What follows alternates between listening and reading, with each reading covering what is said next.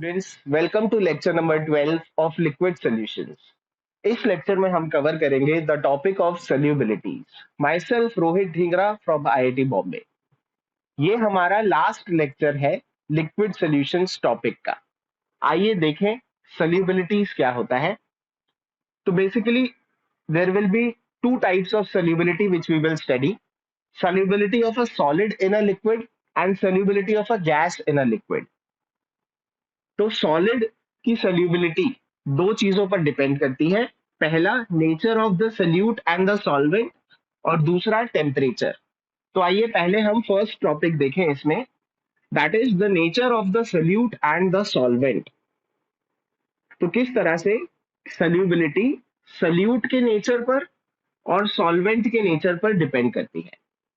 When a solid और liquid dissolves, the structural units and the spaces between them is occupied by the solvent molecules। मतलब जो भी आप salute dissolve करेंगे, salute के कुछ यूनिट्स होंगे जैसे आयंस या मॉलिक्यूल्स, तो उनके बीच की जो स्पेसेस है they will be occupied by the solvent molecules.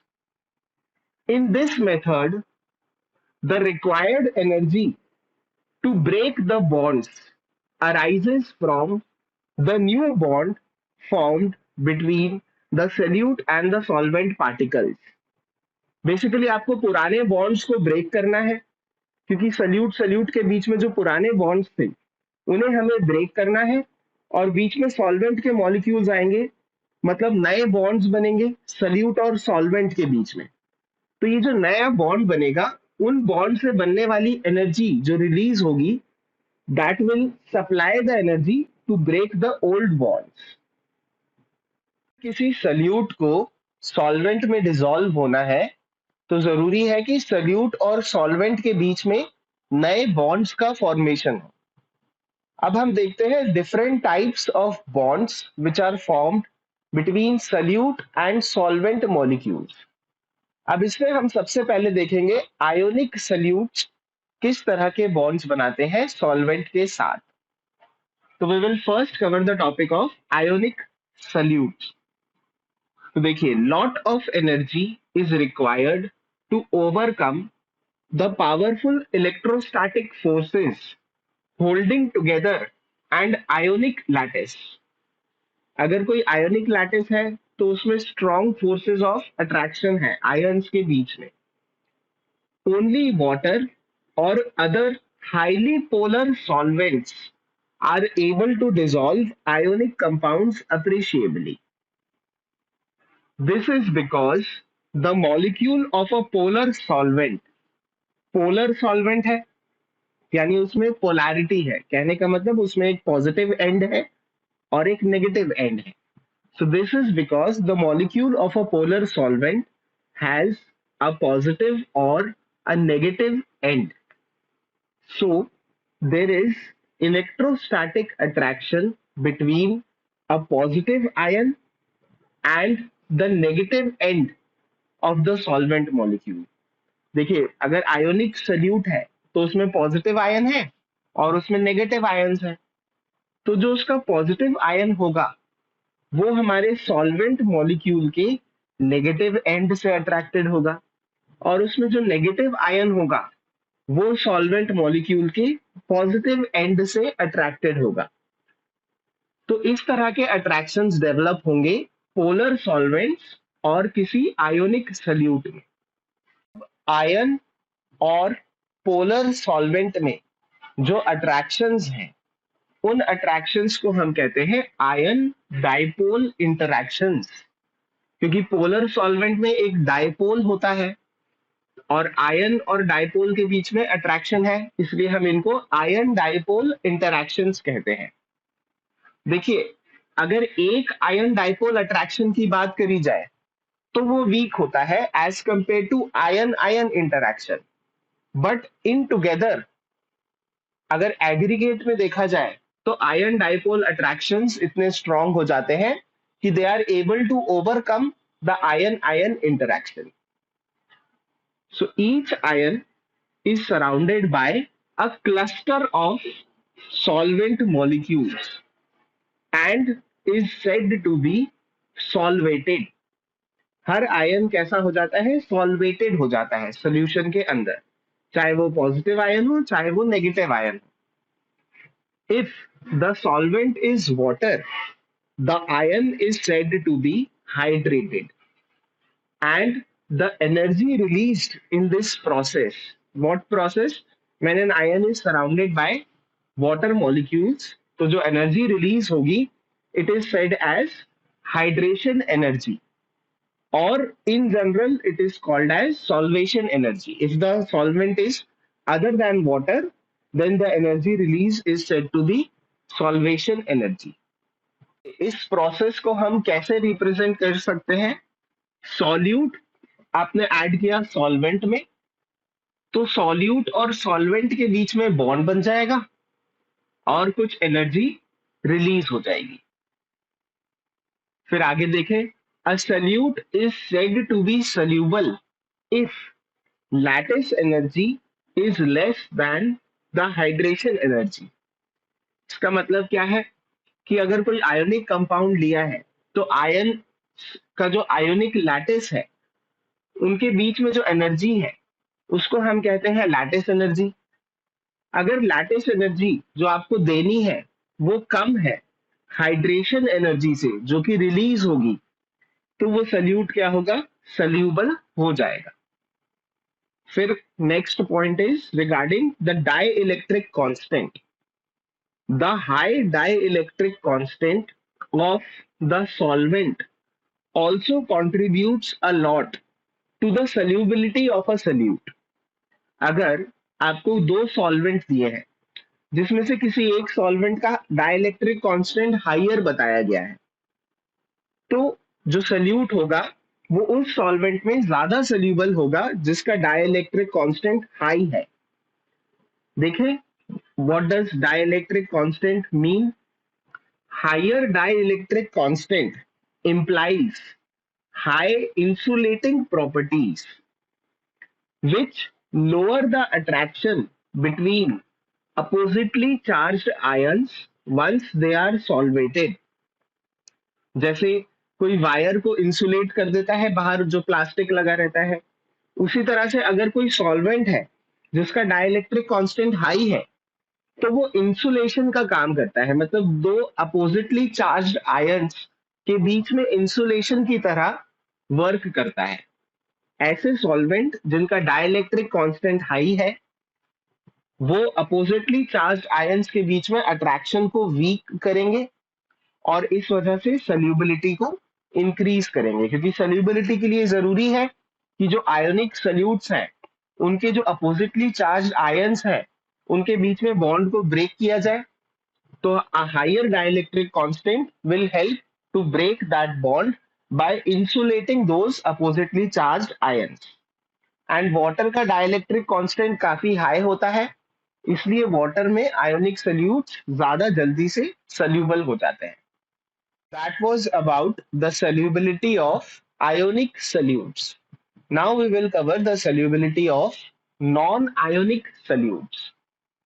देखिए, dissolution of non-ionic solutes is chiefly determined by their polarity.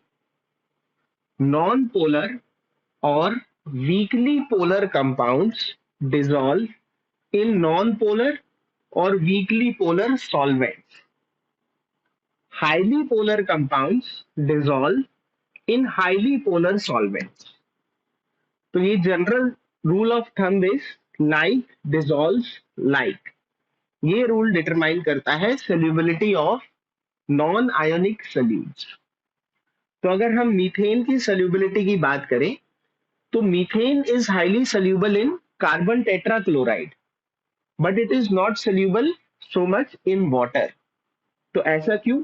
क्योंकि मीथेन के दो मॉलिक्यूल्स के बीच में जो फोर्सेस ऑफ अट्रैक्शन है वो होती है van der Waals forces of attraction. वहीं CCl4 के दो मॉलिक्यूल्स में भी जो फोर्सेस है वो है van der Waals forces of attraction. तो अगर हम मीथेन को CCl4 में डिसॉल्व करें, तो similar forces van der Waals forces are replaced by van der Waals forces. So therefore this is soluble in CCl4 but not soluble in water.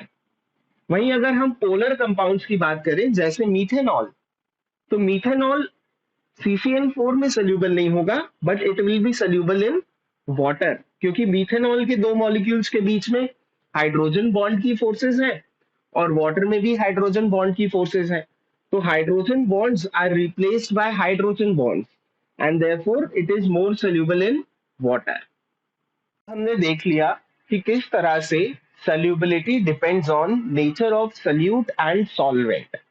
अब हम देखते हैं हमारा दूसरा factor which is temperature. How does solubility depends on temperature?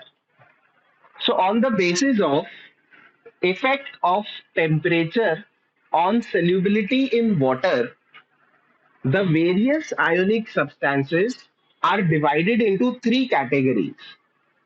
पहली category है such solutes whose solubility increases continuously with increase of temperature. मतलब आप टेम्परेचर बढ़ाते जाएंगे और सोल्यूबिलिटी बढ़ती जाएगी। Most of the substances like NaNO3, KNO3, NaCl, KCl etcetera fall into this category. तो जो अधिकतर आयोनिक कंपाउंड्स हैं, 90% आयोनिक कंपाउंड्स इसी कैटेगरी को बिलोंग करते हैं। Reason is that for such substances the process of dissolution is endothermic.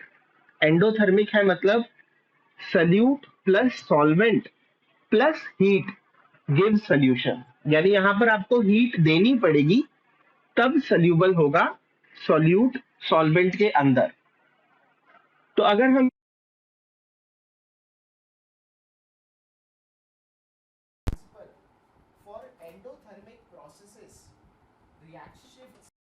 In forward direction upon increase in temperature, इसको आप ऐसे भी समझ सकते हैं कि देखिए यहां पर हीट कहाँ है, लेफ्ट हैंड साइड में। अगर हम टेम्परेचर बढ़ाते हैं तो रिएक्शन कहाँ शिफ्ट होगा, जहां टेम्परेचर कम हो। तो यहाँ पर इधर तो टेम्परेचर ज्यादा है क्योंकि आप हीट दे रहे हो, तो यानी ये रिएक्शन शिफ्ट कहाँ होगा, फॉरवर्ड, क्योंकि फॉरवर्ड में टेम्परेचर क्या है, कम है। यानी ऐसे सल्यूट्स के लिए जिनका डिसोल्यूशन एंडोथर्मिक होता है उनकी सोल्यूबिलिटी टेम्परेचर बढ़ाने पर बढ़ती है। अब हम देखते हैं कुछ ऐसे सल्यूट्स जिनकी सोल्यूबिलिटी टेम्परेचर इंक्रीज करने पर कंटिन्यूअसली डिक्रीज होती है। So solutes whose solubility decreases continuously with temperature. There are a few substances like cerium sulfate, lithium carbonate, sodium carbonate monohydrate whose solubility decreases with temperature. Such substances are few. This is due to the fact that the process of dissolution of such substances is exothermic and is accompanied by evolution of heat. तो अगर delta H negative होगा तो ली चार्टेलियर principal के according if you increase temperature तो reaction जाएगा backward, मतलब solubility temperature बढ़ाने पर कम होगी।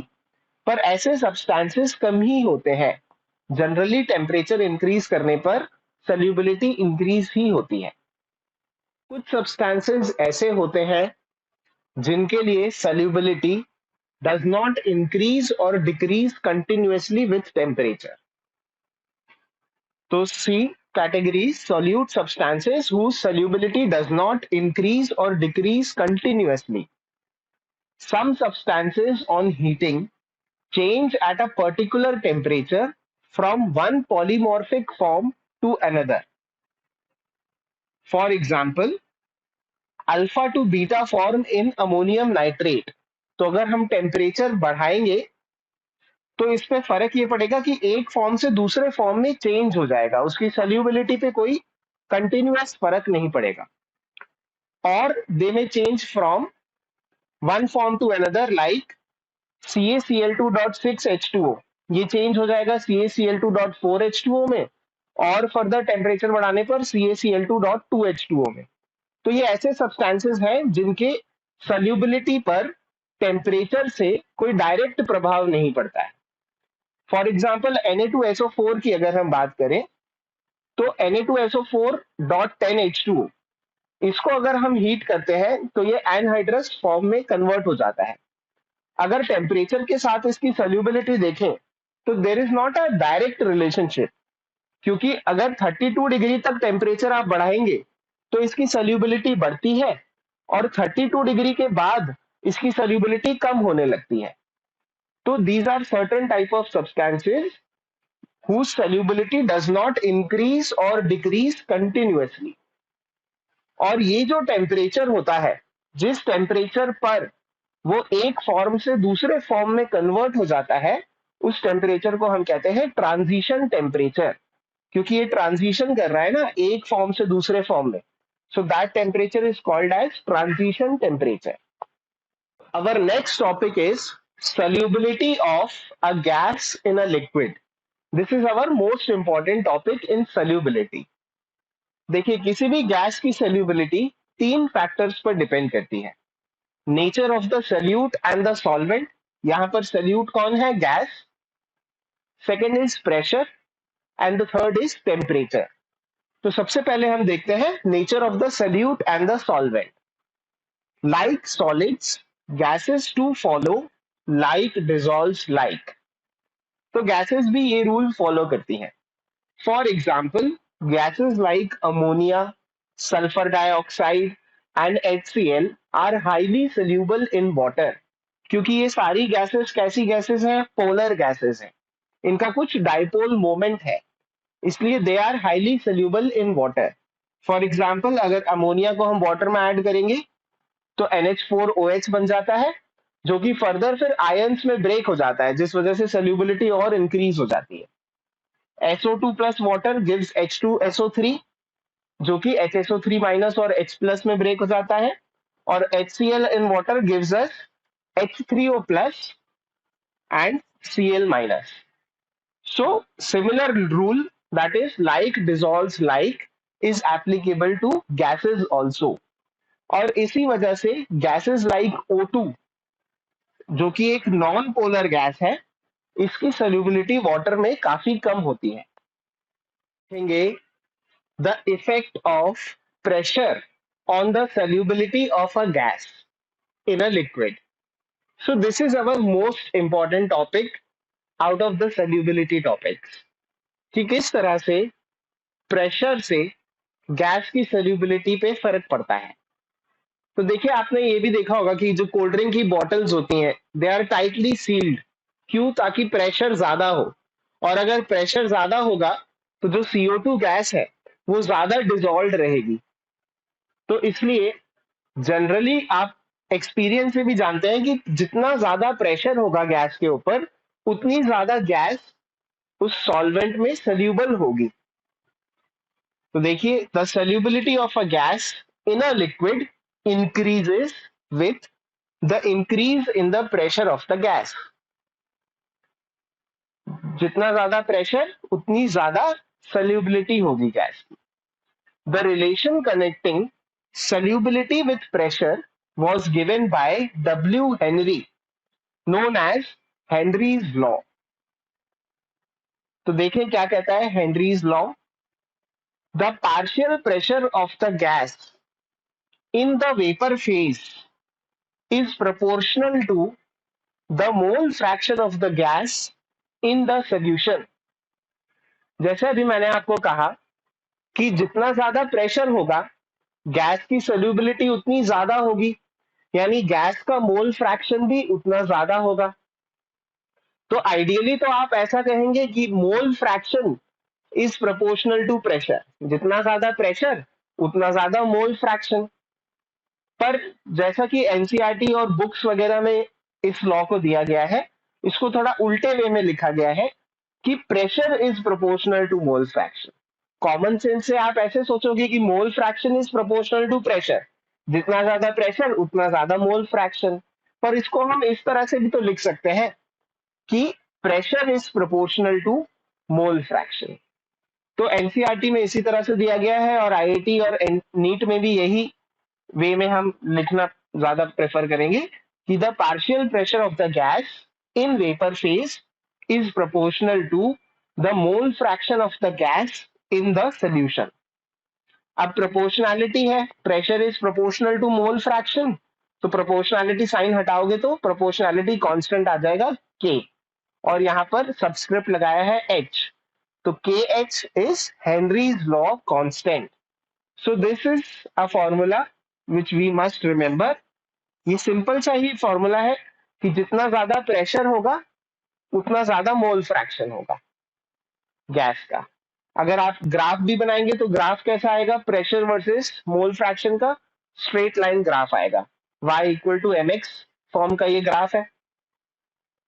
अगर हम ग्राफ देखें partial pressure of gas versus mole fraction of gas in solution का, तो जैसे जैसे गैस का पार्शियल प्रेशर बढ़ता जाएगा वेपर्स में, जितना ज्यादा प्रेशर होगा उतना ही उसका मोल फ्रैक्शन होगा सोल्यूशन के अंदर, उतनी ही ज्यादा वो गैस सोल्यूशन के अंदर डिसॉल्व करेगी।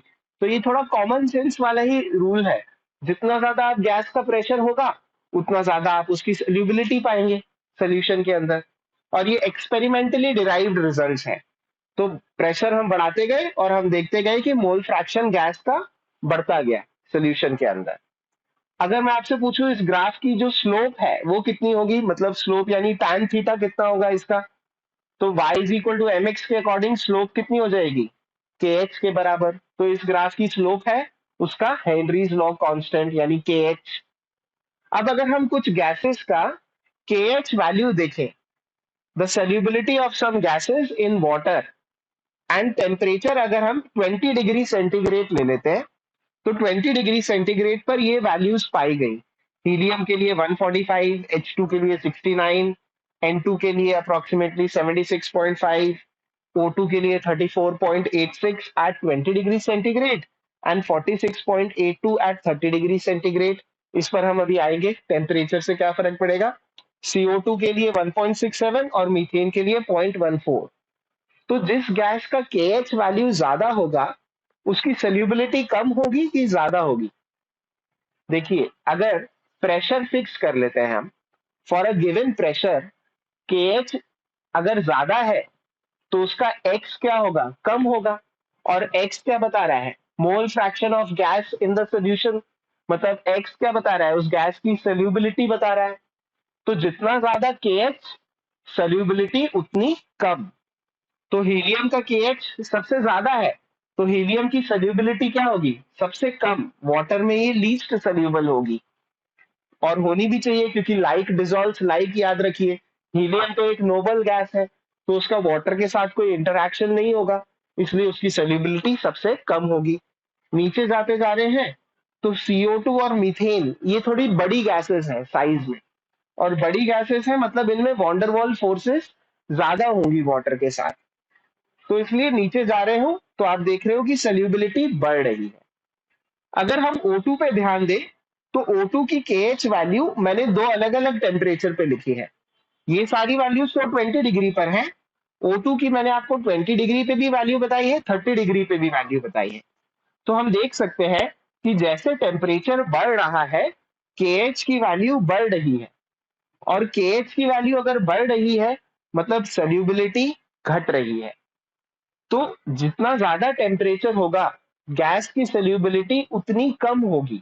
ये सब सारी गैसेस पे इसी तरह से होगा, आप टेम्परेचर बढ़ाओगे तो KH बढ़ेगा, और KH बढ़ेगा मतलब सोल्यूबिलिटी कम होगी। तो इसको आप ऐसे भी याद रख सकते हैं कि ठंडे पानी में गैसेस ज्यादा सोल्यूबल होती है, इसलिए जो एक्वेटिक लाइफ होती है जैसे फिश, ये सब ठंडे पानी में ज्यादा पाई जाती हैं क्योंकि ठंडे पानी में dissolved oxygen will be more. So that's it for solubility. अब सोल्यूबिलिटी में हम टेम्परेचर का इफेक्ट देखेंगे, पर उसके पहले हम एक क्वेश्चन करेंगे ऑन प्रेशर। अब हम एक क्वेश्चन करते हैं based upon the solubility of a gas in a solvent. तो ये क्वेश्चन IIT JEE 2009 में आया था, और एक बार हम पढ़ लेते हैं। The Henrys law constant for the solubility of N2 gas in water at 298 Kelvin is 1 into 10 to the power 5 ATM। यानी KH की वैल्यू किस में दी है? ATM में दी है। क्या ATM में आनी चाहिए? रिलेशन क्या है? P is equal to KH into X. देखो ये एन एक्स क्या होता है? ये तो मोल फ्रैक्शन होता है ना, मतलब ये एक फ्रैक्शन है तो इसकी खुद की तो कोई यूनिट नहीं होगी। तो KH की यूनिट क्या होगी? जो प्रेशर की यूनिट होती है। तो इसलिए KH आपको किस में दिया है? ATM में ही दिया है। The mole fraction of N2 in air is 0.8। तो ये भी सही ही है क्योंकि एयर में N2 हमें पता है कितनी होती है? अप्रोक्सीमेटली 79% से ज्यादा ही N2 होती है। तो अप्रोक्सीमेटली 0.8 एयर में N2 का मोल फ्रैक्शन भी होता है। अब हमसे ये पूछा है the number of moles of N2 from air dissolved in 10 moles of water at 298 Kelvin and 5 atm pressure is। तो इसको सोल्यूशन देखने के पहले आप वीडियो को पॉज कीजिए और खुद से इसका आंसर निकालिए, उसके बाद ही सोल्यूशन देखिए। ओके, होपफुली आपने क्वेश्चन सॉल्व कर लिया होगा। Now let us look at the solution. देखिए इसमें हम फॉर्मूला तो यही यूज करेंगे, P इक्वल टू के इंटू एक्स। अब ये P क्या होता है? ये होता है partial pressure of N2 in the vapour. तो इसको मैं लिख सकता हूं पार्शियल प्रेशर ऑफ N2। ये KH भी किसका होगा? N2 का ही KH होगा। और ये जो X है ये क्या है? मोल fraction of N2 in solution. तो इसको मैं X ऑफ N2 लिख देता हूं। अब हमें यहाँ पे मोल फ्रैक्शन ऑफ N2 एयर में दिया हुआ है और हमें मोल फ्रैक्शन ऑफ N2 सोल्यूशन में निकालना है, या कह सकते हो आप मोल्स ऑफ N2 सोल्यूशन में निकालने। पर अगर मोल फ्रैक्शन निकाल दिया तो उससे हम मोल्स भी निकाल सकते हैं। So this is the formula which we need to use. अब इसमें हमें KX तो दिया हुआ है, मोल फ्रैक्शन हमें निकालना है, तो उसके लिए हमें क्या चाहिए? पार्शियल प्रेशर ऑफ N2 चाहिए। हमें यहाँ पर प्रेशर जो दिया हुआ है ये तो टोटल प्रेशर है एयर का। तो इस टोटल प्रेशर में से N2 का पार्शियल प्रेशर कितना होगा? इसके लिए हम यूज करेंगे Dalton's law of partial pressures की। Dalton's law of partial pressure क्या कहता है कि partial pressure of a gas is equal to mole fraction of the gas into total pressure. तो पार्शियल प्रेशर ऑफ N2 कितना होगा? Mole fraction of N2 in vapours जो कि है 0.8 इंटू टोटल प्रेशर। इसको हम Y कह देते हैं। Y से हम ये इंडिकेट कर रहे हैं कि ये मोल फ्रैक्शन वेपर में है जबकि ये मोल फ्रैक्शन सोल्यूशन में है। तो एयर में पार्शियल प्रेशर N2 का क्या होगा? Mole fraction of N2 in air into total pressure of air.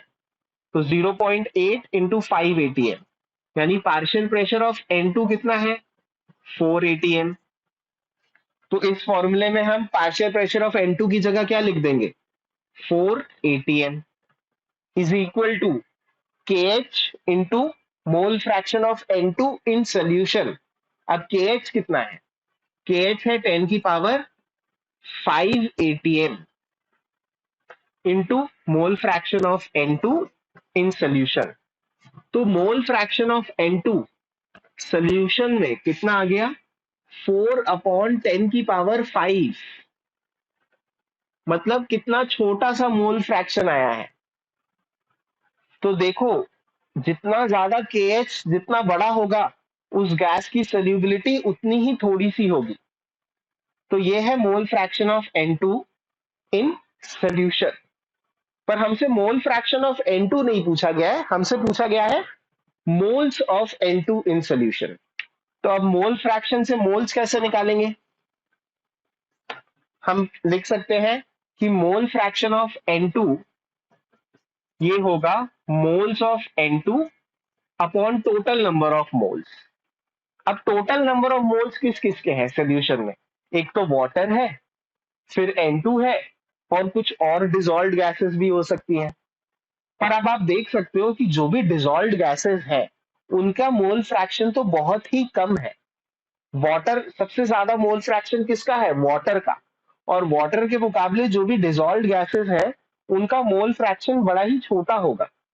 तो आप बेसिकली डिनोमिनेटर में टोटल मोल्स जो आप लेते हो, number of moles of N2 upon total number of moles, तो टोटल नंबर ऑफ मोल्स को अप्रोक्सीमेटली हम क्या लिख सकते हैं, मोल्स ऑफ वाटर, क्योंकि मोल्स ऑफ N2 भी नेग्लिजिबल ही है, कोई और गैसेस होंगी उनके मोल्स भी नेग्लिजिबल ही होंगे, तो डिनोमिनेटर में टोटल मोल्स की जगह हम क्या लिख सकते हैं, मोल्स ऑफ वाटर। अब मोल फ्रैक्शन ऑफ N2 हमने कितना निकाला है, 4 upon 10⁵। This will be equal to number of moles of N2 upon number of moles of water, और वाटर के कितने मोल्स हैं, 10। तो यानी number of moles of N2 कितना आ गया, 4 इंटू 10⁻⁻4 मोल्स। तो हमने ये अप्रोक्सीमेशन सही लिया था ना, डिनोमिनेटर में हमने कहा था कि N2 के मोल तो नेग्लिजिबल है वाटर के मोल के सामने, वाटर के 10 मोल है जबकि N2 के 4 इंटू 10⁻⁻4 मोल ही है। तो ये हमने अप्रोक्सीमेशन लेने में कोई गलती तो नहीं करी। So this is our final answer, the number of moles of N2 in water is 4 into 10⁻⁻4 moles. देखिए last topic of this lecture, the effect of temperature on the solubility of a gas in solvent. तो in general, the solubility of a gas decreases with increase in temperature.